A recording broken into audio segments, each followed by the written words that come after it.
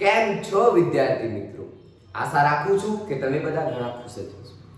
આજે વિદ્યાર્થી મિત્રો આપણે દ્રાવણો ચેપ્ટરમાં ટોપિકને આગળ વધારવાનું છે.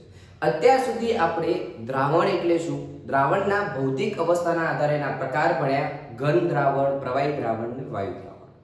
દ્રાવણમાં દ્રાવ્યતા ભણ્યા અને દ્રાવ્યતાના આધારે, સાંદ્રતાના આધારે આપણે એના અલગ અલગ એકમો જોયા, જેવા કે molarity, normality, weight by weight, weight by volume, normality, પછી મોલ અંશ, આવા અલગ અલગ રાશિઓ જોઈએ. હવે આપણે એના પછી દ્રાવ્યતા ભણ્યા. દ્રાવ્યતાના અંદર ઘનની પ્રવાહીમાં દ્રાવ્યતા અને વાયુની પ્રવાહીમાં દ્રાવ્યતા. વાયુની પ્રવાહીમાં દ્રાવ્યતા માટે હેનરીનો નિયમ ભણ્યા અને હવે ભણવાનું છે પ્રવાહી દ્રાવણમાં દ્રાવ્યતા. પ્રવાહી દ્રાવણમાં બાષ્પ દબાણ. પ્રવાહી દ્રાવણમાં બાષ્પ દબાણ માટે બંને જે પદાર્થો છે એ પ્રવાહી છે. કાં તો બંને પ્રવાહી હશે, કાં તો એક પ્રવાહી અને એક ઘન હશે. રેડી? પ્રવાહી દ્રાવણ બનાવવા માટે બંને કાં તો પ્રવાહી હશે, કાં તો એક અપ્રવાહી. મતલબ બંને બાષ્પશીલ પદાર્થ હશે, કાં તો એક બાષ્પશીલ અને એક અબાષ્પશીલ પદાર્થ હશે. તો આજે આપણે પ્રવાહી દ્રાવણમાં દ્રાવ્યતા વિશેની વાત કરવાની છે. તો વિદ્યાર્થી મિત્રો, સૌથી પહેલા તમારું સક્સેસન ચેનલમાં સ્વાગત છે. જો તમે ચેનલ પર નવા હોય અને વિડીયોને પહેલી વાર જોઈ રહ્યા હોય તો એક લાઈક, શેર અને સબસ્ક્રાઇબ તો કરી જ લેજો, જેથી કરીને આવતા નવા વિડીયો તમને તરત જ મળી જશે. હવે શરૂ કરવા જઈ રહ્યો છું પ્રવાહી દ્રાવણમાં બાષ્પ દબાણ. પ્રવાહી દ્રાવણમાં બાષ્પ દબાણ આપણે અહીંયા એવી રીતે ભણવાનું છે કે તમારે બીજું કોઈ જરૂર જ નહીં પડે. સૌથી પહેલા પ્રવાહીમાં બાષ્પ દબાણ, બંને વસ્તુને હું સાથે ઉલ્લેખ કરી રહ્યો છું. બંને પ્રવાહી છે, પરંતુ એક જગ્યાએ એવું છે કે બાષ્પશીલ પ્રવાહી.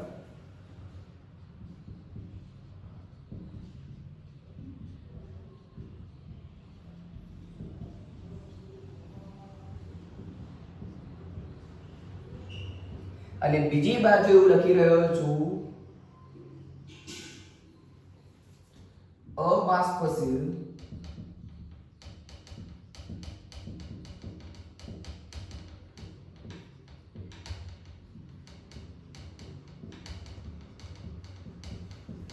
અહીંયા બંને પ્રવાહી બાષ્પશીલ છે, જ્યારે અહીંયા એક પ્રવાહી અબાષ્પશીલ છે અને બીજું બાષ્પશીલ પ્રવાહી છે. આજે એમના વિશેની કહાની ભણવી છે, એમના વિશે ભણવું છે કે શું કહેવામાં આવે છે. આના અંદર બે પ્રવાહી છે, આને A કહી દઈએ, આને B કહી દઈએ.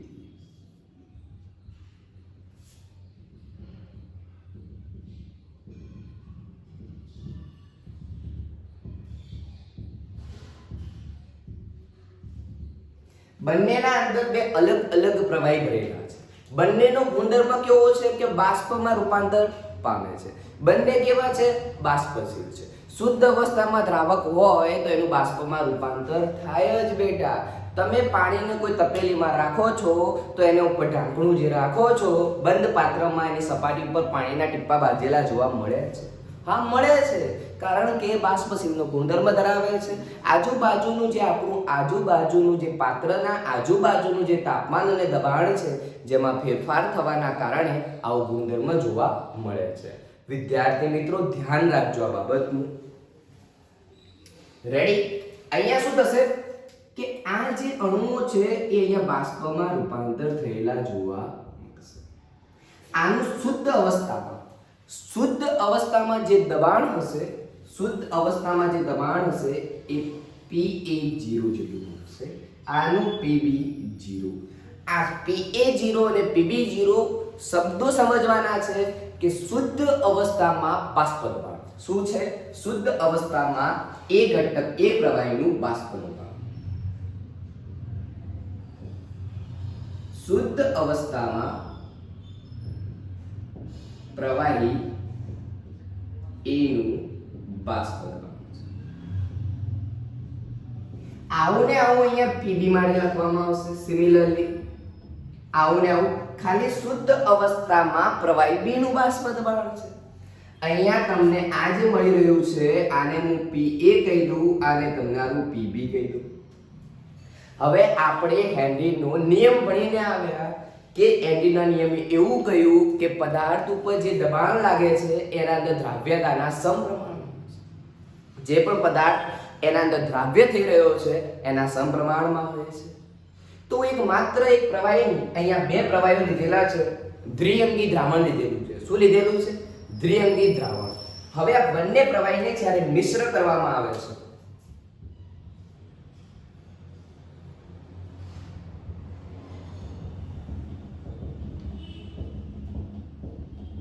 જ્યારે બંને પ્રવાહીને મિશ્ર કરવામાં આવે છે ત્યારે શું થશે જોજો. P ટોટલ કેટલું મળશે? તો આ બંનેનું જે દબાણ છે PA PB જેટલું, PA PB જેટલું મળવાનું છે. ડન વિદ્યાર્થી મિત્રો, આશા રાખું છું કે તમને આ દરેક ટોપિકમાં બરાબર ખબર પડી રહી છે. રેડી? ઓકે. હવે આપણે આગળ વધીએ કે કહેવા શું માંગે છે. અહીંયા તમારી ટેક્સ્ટ બુકમાં એવું આપેલું હશે કે બંને એક દ્વિઅંગી દ્રાવણો છે જેમાં પ્રવાહી A અને પ્રવાહી B રહેલા છે. પ્રવાહીનું આંશિક દબાણ શુદ્ધ અવસ્થામાં દબાણ છે એ PA0 છે, આનું શુદ્ધ અવસ્થામાં દબાણ PB છે. આના અંદર જે મોલસ દ્રાવ્ય થઈ રહ્યા છે એને XA કહીએ, આના અંદર જે મોલસ રહેલા છે એને XB કહીએ. જે પણ દબાણ લાગવાના કારણે ઘટક A અને ઘટક B ના મોલ અંશ અનુક્રમે XA અને XB છે. હવે આના માટે હું લખું તો આવું લખી શકું હું કે PA ચલે છે XA, PA ચલે છે XA. કેમ? સાહેબ હેનરીનો નિયમ ભણીને આવ્યા છો કે દબાણના સમપ્રમાણમાં દ્રવ્યના મોલસ હોય છે. જે પદાર્થ એમાં ઓગળે છે, ઘટકો ઓગળે છે, એ દબાણ તમે વધારશો તો એની દ્રાવ્યતા તો વધવાની જ છે. યાદ કરો, તમે સોડા પીવા જાઓ છો ત્યાં આગળ વાયુ વધારે ઓગાળવામાં આવે. તમે એમ કહો કે સ્ટ્રોંગ સોડા બનાવો, સ્ટ્રોંગ, તો શું કરે? પ્રેશર વધારે આપશે, વાયુ વધારે ઓગાળશે, જેના કારણે તમારો જે સોડા છે એ સ્ટ્રોંગ બને છે. તમે નોર્મલ કહેશો તો તમે પાણી સાથે મિક્સ કરીને આપી દેવામાં આવે છે. રેડી? જેને આપણે લીંબુ શરબત કહીએ છીએ. એની એક વસ્તુ જો સ્ટ્રોંગમાં સોડામાં કન્વર્ટ કરવા માટે એને પ્રેશર આપવામાં આવે છે, વાયુ ઓગાળવામાં આવે છે અને મિક્સ કરવામાં આવે, જેના કારણે સ્ટ્રોંગ બની જાય છે. આ એ જ વસ્તુ છે. કેવી હોય છે? તો એના દ્રાવ્યતાના મોલન્સના સમપ્રમાણમાં હોય છે. જે દબાણ લગાવવામાં આવે છે એના દ્રાવ્યના મોલન્સના સમપ્રમાણમાં હોય છે. અહીંયાથી જોઈએ P ચલે છે XA, તો એને ચલે છે દૂર કરવા માટે અહીંયા એક સંબંધ આવે છે કે PA0 XA. આવું સેમ ટુ સેમ અહીંયા મને જોવા મળશે, આવું સેમ ટુ સેમ મને અહીંયા જોવા મળશે કે PB ચલે છે XB, PB is equal to P0B into XB. ચલો, અહીંયા બંને વસ્તુ મળી ગઈ છે. તો હવે તમને પ્રશ્ન એવું પૂછવામાં આવે કે બંને બાષ્પશીલ પદાર્થો છે જેનું શરૂઆતનું દબાણ આટલું છે, મોલ અંશ આટલા છે, તો હવે મારે કુલ દબાણ શોધવું છે. બિલકુલ સરળ. બંને પ્રવાહીઓને મિશ્ર કર્યા છે તો બંનેની અસર તો જોવા મળવાની જ છે. તો direct P total PA PB. PA કેટલો છે? તો P0A XA, P0B XB. Ready? Done વિદ્યાર્થી મિત્રો, આશા રાખું છું કે તમને આ ટોપિકમાં ખબર પડી ગઈ છે. હવે તમે એક વસ્તુ ભણ્યા હતા, જો તમને યાદ હોય તો હું કરાવું કે તમે આવું ભણ્યા હતા મોલ અંશના સૂત્રમાં કે XA XB બરાબર 1 થાય. બંનેનો સરવાળો કેટલો થાય વિદ્યાર્થી મિત્રો? 1 થાય. એનો ઉપયોગ હું અહીંયા કરું કે XA ને કરતા બનાવું તો 1 XB બને. તો આના ઉપરથી એવું કહેવા માંગે છે કે P0A XA ને કરતા બનાવું XB થાય, P0B XB. આ સમીકરણ કહેવા શું માંગે છે? પ્રશ્ન થાય કે સાહેબ આવું કર્યું કેમ? શા માટે તમે આવું કર્યું? અમારે તો આવું નથી જોઈતું, અમારે તો ડાયરેક્ટ આ જ જોઈએ છે. તો એના પાછળનું કારણ સાંભળી લેજો વિદ્યાર્થી મિત્રો. આના પાછળનું કારણ એ છે કે જ્યારે તમને બંને પ્રવાહીઓના આંશિક દબાણ આપેલા છે, શુદ્ધ અવસ્થામાં બાષ્પ દબાણ આપેલા હશે, પરંતુ જ્યારે શુદ્ધ અવસ્થામાં આંશિક દબાણ આપેલા હશે અને કુલ દબાણ આપેલું હશે ત્યારે તમને બંનેના કોઈ પણના મોલ અંશ નહીં આપેલા હોય ત્યારે આ સૂત્રની જરૂર પડશે. કારણ કે તમને જો આ ત્રણ વસ્તુ આપેલી હશે, ધારો કે તમને આપેલું છે PA0, PB0 અને P ટોટલ, આ ત્રણ આપેલું હશે ત્યારે તમારો આ સૂત્રનો ઉપયોગ કરી તમે XB શોધી શકો છો અને XB શોધ્યા પછી XA શોધી શકો છો. યાદ રાખજો વિદ્યાર્થી મિત્રો, બહુ સરળ અને સિમ્પલ વસ્તુ છે, એને કોમ્પ્લિકેટ બનાવવાનો પ્રયત્ન કરશો નહીં. હવે તમને આ થિયરી ઉપરથી, આ બાષ્પશીલ પ્રવાહી ઉપરથી જ્યારે મિશ્ર કરાયેલા એનું દબાણ મળી ગયું, એનું સૂત્ર મળી ગયું, પરંતુ અહીંયા તમારો હેનરીના નિયમની વિશેષતા કે હેનરીના નિયમમાં અહીંયા તમે આ પ્રપોર્શનલ હટાઈ, સમપ્રમાણતા હટાઈ ત્યાં KH લખતા હતા, જ્યાં અહીંયા તમારું શુદ્ધ અવસ્થામાં પ્રવાહીનું બાષ્પ લગામ લખવામાં છે. શુદ્ધ અવસ્થામાં પ્રવાહીનું બાષ્પ દબાણ કીધેલું હોય અથવા તેનું આંશિક દબાણ કીધેલું હોય તો પણ એ જ થાય છે. રેડી? યાદ રાખજો, મારા શબ્દોને લખવાનો પ્રયત્ન કરજો જેથી કરીને તમારી થિયરી હમણાં જ તૈયાર થઈ જાય. એવું કીધેલું હશે કે પ્રવાહીના બાષ્પ દબાણમાં દ્વિઅંકી દ્રાવણ છે, જેમાં પ્રવાહી A અને પ્રવાહી B રહેલા છે. શુદ્ધ અવસ્થામાં એના બાષ્પ દબાણ અનુક્રમે PA0 અને PB0 છે. રેડી? એનું દબાણ કેટલું છે? P અને PB છે જ્યારે શુદ્ધ અવસ્થામાં છે ત્યારે. હવે જ્યારે એનું આંશિક દબાણ PA0 અને PB0 છે, જ્યારે બંનેને મિક્સ કરવામાં આવે છે અને દ્રાવ્યતાના ઘટકના મોલ અંશ XA અને XB છે. હવે સમપ્રમાણતાના સિદ્ધાંત અનુસાર, હેનરીના નિયમ અનુસાર કે શું થઈ રહ્યું છે, પહેલી વસ્તુ કહી દઈએ કે અહીંયા શું થઈ રહ્યું છે. પ્રવાહીનું બાષ્પ દબાણ છે, શુદ્ધ અવસ્થામાં દબાણ છે, એનું આંશિક દબાણ છે, આંશિક દબાણ અને શુદ્ધ અવસ્થામાં દબાણ છે. રેડી? આગળ વધીએ કે જ્યારે બંને પ્રવાહીને મિશ્ર કરવામાં આવે છે ત્યારે P કુલ મળે છે. P કુલના આધારે તમે આ વસ્તુ નોટ કરી શકો છો. રેડી? તો અહીંયા તમારી આ થિયરી પૂરી થાય છે. અહીંયા આના નીચે તમને ગ્રાફ આપેલો છે, આના નીચે તમને ગ્રાફ આપેલો છે. એ ગ્રાફ અહીંયા બનાવવાનો પ્રયત્ન કરું છું, બરાબર? તમે જોજો એને શાંતિથી. આ વસ્તુને અત્યારે આપણે હોલ્ડ કરીએ છીએ. આનો જે ગ્રાફ બને છે એને જોવાનો પ્રયત્ન કરીએ કે શું કહેવા માંગે છે. દબાણ વિરુદ્ધ મોલ અંશનો ગ્રાફ લેવામાં આવે છે. અહીંયા x10, x1a, xb0, xa0, xb1. દબાણ વિરુદ્ધ મોલ અંશનું જ્યારે ગ્રાફ દોરવામાં આવે છે ત્યારે અહીંયા શુદ્ધ અવસ્થામાં પહેલા a નું પ્રવાહી મહત્તમ હશે, પછી 0 થાય છે. અહીંયા આ 0 હતું, પછી મહત્તમ થાય છે. બંનેનું જે ટોટલ મળે છે, P જે ટોટલ મળે છે એ PA PB ના દબાણ છે.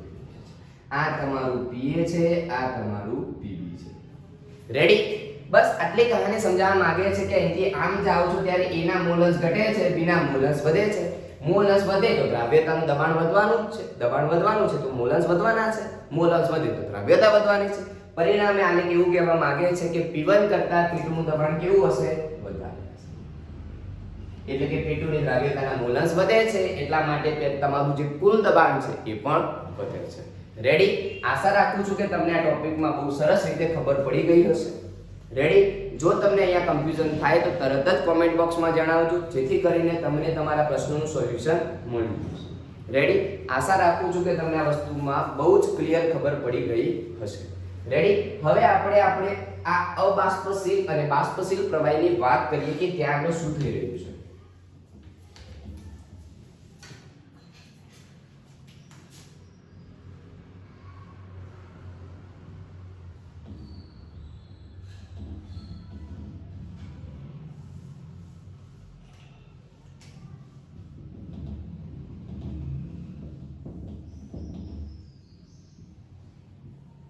મતલબ એવું થાય છે કે અબાષ્પશીલ છે એના અણુઓ પોતાની સપાટી છોડીને જતા નથી. હવે સપાટી છોડીને જતા નથી તો એનું કંઈ આંશિક દબાણ હોવાનું નથી, એનું કંઈ આંશિક દબાણ કે એનું કંઈ જ દબાણ મળવાનું નથી. તો તો અહીંયા જ્યારે પ્રવાહી A અને પ્રવાહી B ને મિશ્ર કરવામાં આવે છે ત્યારે એનું કોઈ જ આંશિક દબાણ જોવા મળતું નથી, એના દબાણ પણ મળવાનું નથી. અહીંયા એની દબાણ જોવા મળશે કારણ કે બાષ્પશીલ છે, તો આપણે સીધી રીતે અહીંયા કહી શકીએ છીએ કે આના અંદર એના પ્રવાહીના અણુ સપાટી છોડીને જતા નથી. તો આનું જે કુલ દબાણ મળશે તમને ડાયરેક્ટલી માત્ર જે બાષ્પશીલ પ્રવાહી છે એના જેટલું જ મળવાનું છે. અહીંયા તમારા બંને પ્રવાહીઓને જ્યારે મિશ્ર કરવામાં આવે છે ત્યારે એનું જે કુલ દબાણ છે અહીંયા માત્ર તમને બાષ્પશીલ પદાર્થનું જ જોવા મળશે, આની કોઈ જ અસર જોવા મળશે નહીં. જ્યારે અહીંયા તમને અસર જોવા મળશે અહીંયા P0A માટે P ટોટલ બરાબર P0A x. આ થિયરીના અંતે અને આ થિયરી આ બંનેના અંતે એક વસ્તુ લખેલી જોવા મળે છે. આનો જે ગ્રાફ આવે છે માત્ર સ્ટેટ મળે છે કારણ કે શરૂઆતમાં મોલ 0 હતા, પછી મહત્તમ થાય છે, દબાણ વિરુદ્ધ x નો ગ્રાફ દોરવામાં આવે છે. રેડી? આ વસ્તુ તો બિલકુલ ક્લિયર છે કારણ કે અબાષ્પશીલ છે, એનું બાષ્પમાં રૂપાંતર નહીં થાય તો એનું બાષ્પ દબાણ નહીં હોય, આંશિક દબાણ નહીં હોય, શુદ્ધ અવસ્થામાં નહીં હોય, માટે એની કોઈ અસર જોવા મળશે નહીં. રેડી? તો તમને જ્યારે પ્રશ્નમાં એવું લખેલું હોય કે બંને પ્રવાહી બાષ્પશીલ છે અથવા એવું કીધેલું હોય તો કોઈ એક પ્રવાહી બાષ્પશીલ છે અને બીજું અબાષ્પશીલ છે ત્યારે આ વસ્તુનું ધ્યાન રાખજો વિદ્યાર્થી મિત્રો. રેડી? આશા રાખું છું કે તમને મારા શબ્દો બિલકુલ ખબર પડી રહી છે. રેડી? આગળ વધીએ વિદ્યાર્થી મિત્રો કે અહીંયા આગળ તમને એક એવું કીધેલું છે કે જ્યારે બંને પ્રવાહીઓ વચ્ચે સંતુલન સ્થપાય છે, સંતુલન સમયે બાષ્પ કલા વચ્ચેના મોલ, જ્યારે બંને પ્રવાહીઓ વચ્ચે સંતુલન સ્થપાય છે, આશા રાખું છું કે અહીંયા ખબર પડી ગઈ છે.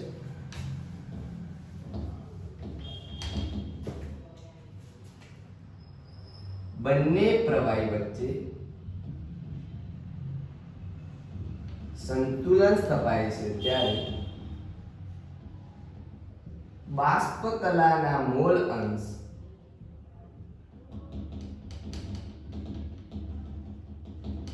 મતલબ એવું કહેવા માંગે છે કે બાષ્પ કલાના મોલ અંશની વાત કરી હોય તો તમને એક સૂત્ર આપેલું છે કે PI YI P total. વિદ્યાર્થી મિત્રો યાદ રાખજો, PI એટલે તમારું PA, YI એટલે YA, પણ અહીંયા અને આ ટોટલ એટલે કે કુલ, અહીંયા YA એ ઘટક A ના મોલ અંશ અને આ ઘટક A નું દબાણ દર્શાવે છે, ઘટક A નું દબાણ દર્શાવે છે, ઘટક A ના મોલસ દર્શાવે છે. તો PA તમને અહીંથી મળશે PA0 x મતલબ PA0 x upon P total. આવું સૂત્ર પણ લેવામાં આવે છે. આ શરૂઆતમાં તમારા આટલા બધા દ્રાવ્ય થયેલા હતા, જ્યારે સંતુલન થઈ ગયું, આટલું દબાણ થઈ ગયું ત્યારે એના મોલસ મળે છે. આના મળી જાય તો આપણે ડાયરેક્ટ YA YB બરાબર 1 કરી YB શોધી શકીએ છીએ. તો તમને જે લાસ્ટમાં સૂત્ર આપેલું છે ઘણું મહત્વનું છે. જ્યારે દાખલામાં ઉલ્લેખ કરેલો હોય કે બાષ્પ કલામાં ઘટક તત્વના મોલ અંશ શોધો ત્યારે આટલા સુધી જવાનું છે અને આ શોધવા પહેલા તમારે P ટોટલ શોધવું પડશે. P ટોટલ શોધશો તો જ તમને આના દાખલા અને આની કહાની ખબર પડશે.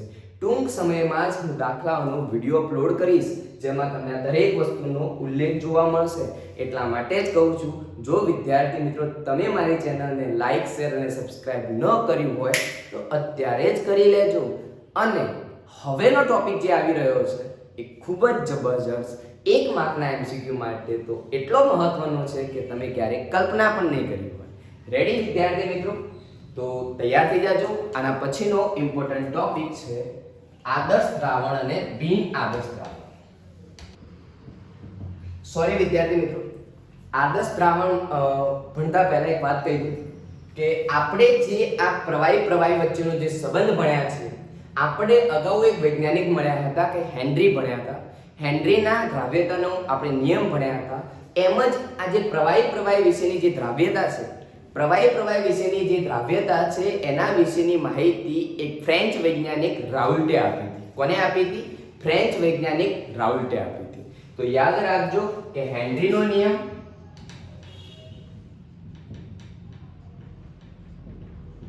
હેનરીનો નિયમ વાયુની પ્રવાહીમાં દ્રાવ્યતા, વાયુની પ્રવાહીમાં દ્રાવ્યતા, અને રાઉટનો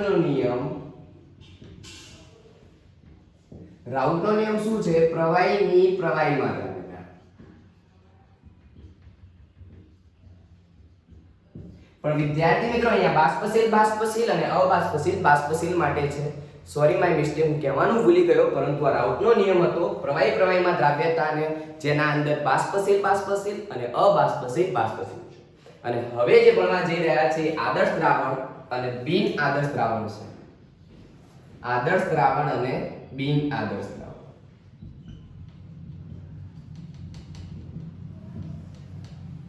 તો આટલી વસ્તુનું ધ્યાન રાખજો. સરસ મજાની કહાની બનાવવા જઈ રહ્યો છું. એક માર્કના MCQ એટલા ફટાફટ આવડી જશે કે જેની તમે ક્યારેય કલ્પના પણ નહીં કરી, ક્યારેય વિચાર્યું પણ નહીં હોય કે શું આટલું સરળ હોય. હા, બિલકુલ સરળ છે કેમિસ્ટ્રી, પરંતુ જો પદ્ધતિથી ભણવામાં આવે તો અને માત્ર તો જ. આદર્શ દ્રાવણ કોને કહેવામાં આવે છે? તો આદર્શ દ્રાવણ એને કહેવામાં આવે છે કે જે દ્રાવણો રાઉટના નિયમને અનુસરે છે.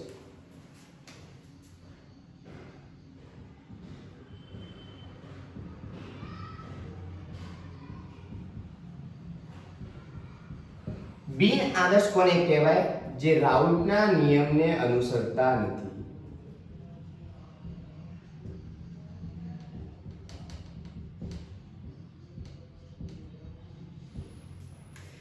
સ્કૂલમાં ક્લાસરૂમનો સ્માર્ટ વિદ્યાર્થી કોને કહેવામાં આવે છે? તો એને કહેવામાં આવે છે કે સ્કૂલના દરેક ક્લાસરૂમના દરેક નીતિ નિયમોનું પાલન કરે છે. તો એવું પૂછવામાં આવે કે એવો કયો વિદ્યાર્થી છે કે જે રેગ્યુલર, શિસ્ત અને નિયમિત છે?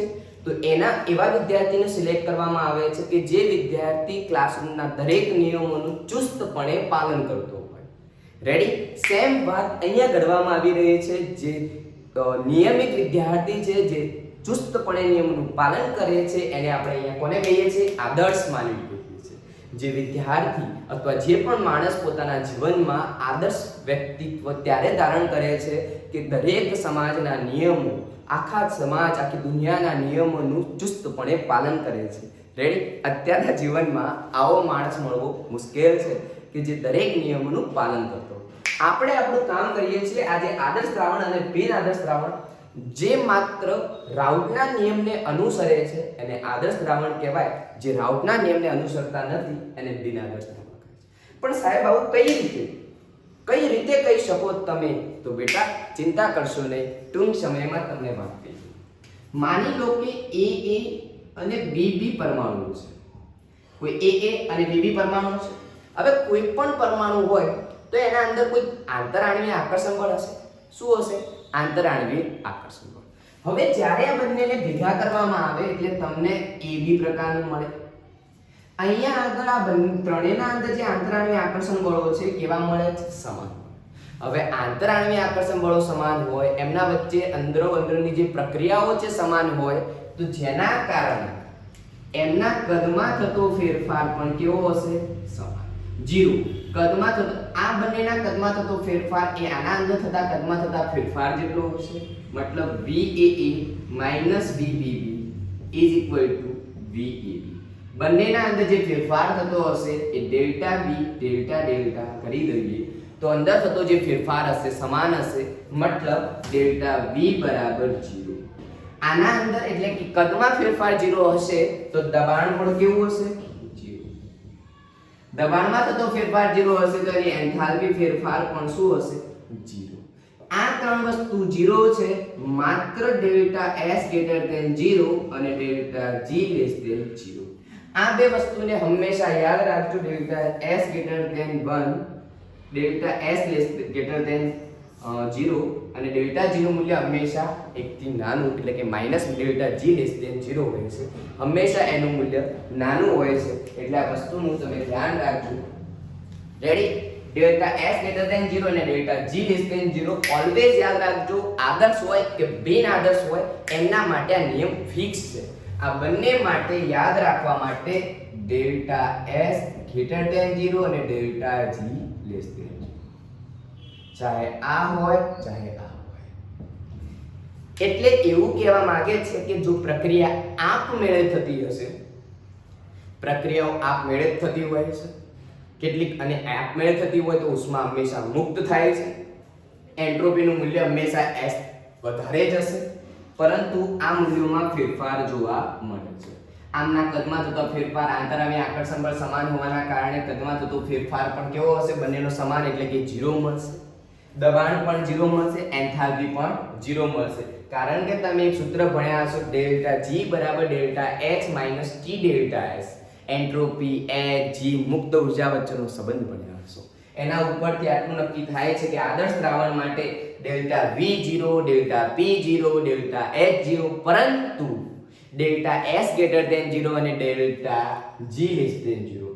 જો તમને આને ખબર ના પડતી હોય કે શું કહેવાય, તો આને ડેલ્ટા S ને એન્ટ્રોપી કહે છે. એન્ટ્રોપી ફેરફાર, ડેલ્ટા G ને મુક્ત ઉર્જા અથવા ગિબ્સ ઉર્જા કહેવામાં આવે છે. તો આ વસ્તુનું ધ્યાન રાખજો. આના ઉદાહરણ સાહેબ, અમારે ઉદાહરણ કઈ રીતે યાદ રાખવા? બેટા બિલકુલ એકદમ સરળ, ચિંતા કરવાની જરૂર જ નથી. જો તમે તમારા મિત્રોને ખાલી એક વખત પૂછજો કે આદર્શ દ્રાવણના ઉદાહરણ બોલ, તો તમે એના પહેલા જવાબ આપી દેશો. જુઓ બેટા કયા કયા? તો સૌથી પહેલા બેન્ઝીન અને ટોલ્યુએન.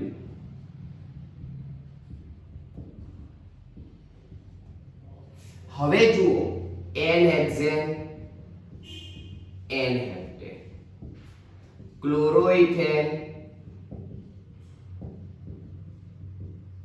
ક્લોરોબ્યુટેન.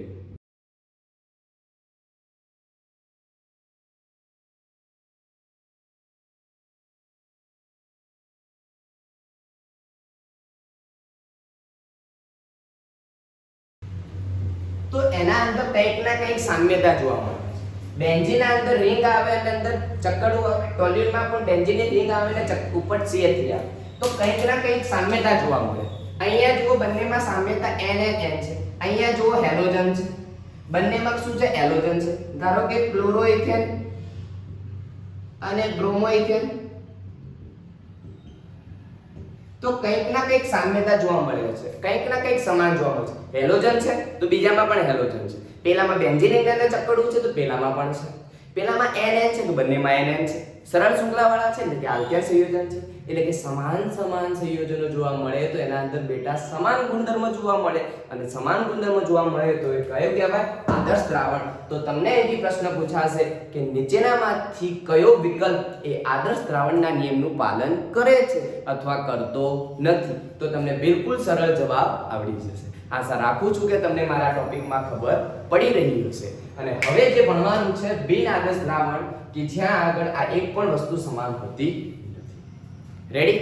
એટલે એવું કહેવા માંગે છે કે AA BP વચ્ચે જે પ્રક્રિયા થઈ તમારું AB મળે છે, તો આમના અંદર જે આંતરાણીય આકર્ષણ બળો હોય છે એ સમાન હોય છે, પરંતુ આના અંદર હોતા નથી. આના અંદર સમાન ન હોય, આંતરાણીય આકર્ષણ બળો સમાન ના હોય એટલે delta B not equal to 0, delta B not equal to 0, delta H not equal to 0. તો 0 ના હોય તો શક્યતા કઈ? હા, 0 ના હોય તો કઈ શક્યતા જણાવો મિત્રો. 0 ના હોય તો શું હશે એ તમે જણાવો. શું થતું હશે? કો શું થતું હશે વિદ્યાર્થી મિત્રો? જણાવો ખાલી. તો કાં તો ધન હશે કાં તો ઋણ હશે. માટે બિન આદર્શ દ્રાવણમાં બે કહાની ભણવામાં આવે છે, ધન વિચલન અને ઋણ વિચલન.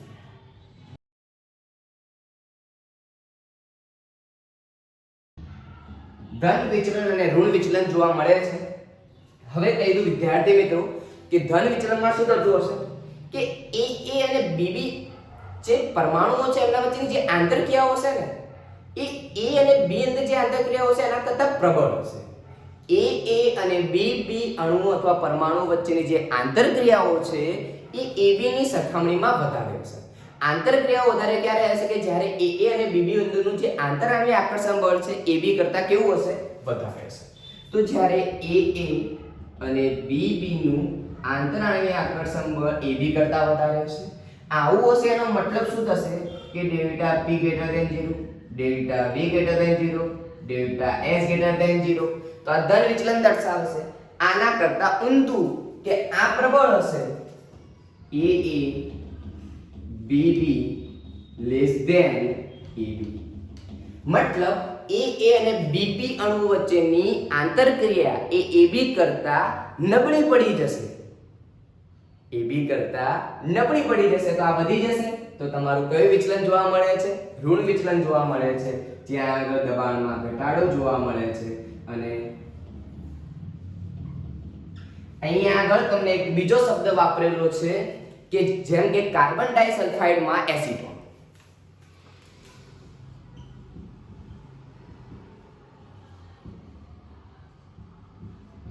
કાર્બન ડાઇસલ્ફાઇડમાં જ્યારે એસિટોન ઉમેરવામાં આવે છે ત્યારે એના મોલેક્યુલ એટલે કે અંદરો અંદર આંતરાણવીય હાઇડ્રોજન બંધ બને છે. આ AA અને આ BB પ્રકારના અણુઓ થયા, એમનું અત્યારે આંતરક્રિયાઓ કેવી હશે? પ્રબળ હશે. જ્યારે એના અંદર હાઇડ્રોજન બંધ હોય છે પહેલેથી, તેના અંદર શું હાજર હોય છે? હાઇડ્રોજન, જેના કારણે હવે જ્યારે બંનેને મિશ્ર કરવામાં આવે છે ત્યારે એના બંધો તૂટે છે, એટલે કે એમની આંતરક્રિયા કેવી બની જાય છે? નબળી બની જાય છે. રેડી? એવું સમજાવવામાં આવેલું છે કે એના આંતર આવું કેમ થાય છે? ઘન વિચલન હાઈ હોય છે એનો મતલબ એવો થાય છે કે AA અને BB પ્રકારની જે આંતરાણવીય જે પ્રક્રિયાઓ છે એ AB કરતા પ્રબળ હોય છે. AB કરતા પ્રબળ હોય છે એટલે તમને ધન વિચલન જોવા મળે છે. આના ઉદાહરણ યાદ રાખવા માટે તમારે હંમેશા યાદ રાખવાનું કાર્બન ડાઇસલ્ફાઇડ અને આલ્કોહોલ. જ્યાં પણ OH શબ્દ આવે, આલ્કોહોલ શબ્દ આવે, કાર્બન ડાઇસલ્ફાઇડ આવે અને કાર્બન ટેટ્રાક્લોરાઇડ આવે, CH2CCl4 અને આલ્કોહોલ. આટલી વસ્તુ આવે એટલે સમજી લેવાનું કે ધન વિચલન જ હોય. કાર્બન ડાઇસલ્ફાઇડ, કાર્બન ટેટ્રાક્લોરાઇડ અને આલ્કોહોલ શબ્દ આવે એટલે ધન વિચલન. ઋણ વિચલનમાં શું યાદ રાખવાનું સાહેબ? તો જોઈ લો, એસિડ હોય અથવા એનિલિન હોય. એસિડ અને એનિલિન શબ્દ આયા બંનેમાંથી એક ધારો કે HNO3 છે અને બીજું કાર્બન ડાઇસલ્ફાઇડ એસિડ. ચલો અહીંયા આગળ બીજું લઈ લો કંઈક આલ્કોહોલ, કાર્બન ટેટ્રાક્લોરાઇડ, એસિટોન લઈ લો. ચલો એસિટોન આવ્યો, એક એસિડ છે એક એસિટોન છે તો શું આવશે? ઋણ વિચલન. એસિડ અને એનિલિન શબ્દ આવે એટલે ઋણ વિચલન. આલ્કોહોલ, કાર્બન ડાઇસલ્ફાઇડ અને કાર્બન ટેટ્રાક્લોરાઇડ આવે એટલે ધન વિચલન. બસ આટલું મગજમાં નાખી દો એટલે તમારો એક પણ વિકલ્પ ખોટો પડશે નહીં. આના MCQ PYQ હું કરાઈશ, તમે ચિંતા કરતા નહીં, પરંતુ એના માટે તમે ચેનલને લાઈક, શેર અને સબસ્ક્રાઇબ કરવાનું ભૂલશો નહીં. Thank you so much for connecting success and tuition.